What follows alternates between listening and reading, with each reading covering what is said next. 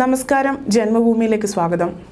കേരളത്തിൽ മാറി മാറി വരുന്ന ഇടതു വലതു ഭരണത്തിൽ തീവ്രവാദ സംഘടനകളെയും തീവ്രവാദികളെയും സൃഷ്ടിക്കുവാനേ സാധിച്ചിട്ടുള്ളൂ എന്ന് BJP ജില്ലാ വൈസ് പ്രസിഡന്റ് MV ഗോപകുമാർ പറഞ്ഞു.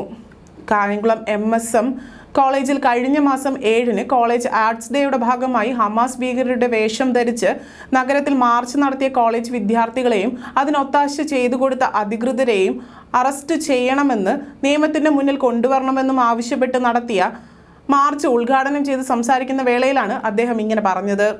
കായംകുളത്തെ സാധാരണ മുസ്ലിം സമൂഹത്തെ ഉൾപ്പെടെ ആശങ്കയിലാഴ്ത്തി തീവ്രവാദം തഴച്ചു വളരുന്നു എന്നതിന്റെ സൂചന പരസ്യമായിട്ടും പോലീസ് മൗനം പാലിക്കുന്നത് രാഷ്ട്രീയ സമ്മർദ്ദം കാരണമാണ്. കേരളത്തിൽ ഹമാസിന്റെ പ്രവർത്തനം നിരോധിച്ചിട്ടില്ല എന്നും അതിനാൽ BJPയുടെ പരാതിയിന്മേൽ നടപടിയെടുക്കാൻ സാധിക്കില്ല എന്നുമാണ് പോലീസിന്റെ വിചിത്രമായ മറുപടി. വോട്ട് ബാങ്ക് ലക്ഷ്യം വെച്ച് തീവ്രവാദികൾക്ക് കുടപിടിക്കുന്ന നടപടിയാണ് ഇക്കാലം അത്രയും ഇരു കക്ഷികളും സ്വീകരിച്ചു വന്നത്. ജനങ്ങളെ തമ്മിലടുപ്പിക്കുക എന്ന ഉദ്ദേശത്തോടെ നടത്തിയ തീവ്രവാദ പ്രകടനം വരാൻ പോകുന്ന വലിയ വിപത്തിന്റെ സൂചനയാണെന്നും ജില്ലാ പ്രസിഡന്റ് പറഞ്ഞു. പുതിയിടത്തു നിന്നും ആരംഭിച്ച പ്രതിഷേധ മാർച്ച് നഗരം ചുറ്റി പോലീസ് സ്റ്റേഷനിൽ സമാപിക്കുകയായിരുന്നു.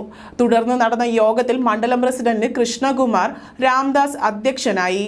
BJP സംസ്ഥാന കൗൺസിൽ അംഗം പാറായിൽ രാധാകൃഷ്ണൻ, BJP ദക്ഷിണമേല സെക്രട്ടറി ജിതിൻ ദേവ്, മണ്ഡലം general secretary advocate Krishnakumar, advocate Sajeev Thavakkal എന്നിവർ സംസാരിച്ചു. മാർച്ചിന് രമണി ദേവരാജൻ, നിഷ, അനിത, ഷാജി, സുനിത രാജു, സരസ്വതി രമേശ്, അഞ്ജന കുമാരി, ജയചന്ദ്രൻ പിള്ള, വിനോദ്, രാജശേഖരൻ, മണ്ഡലം general secretary R Rajesh, Babu Eruva, Madathil Biju എന്നിവർ നേതൃത്വം നൽകി.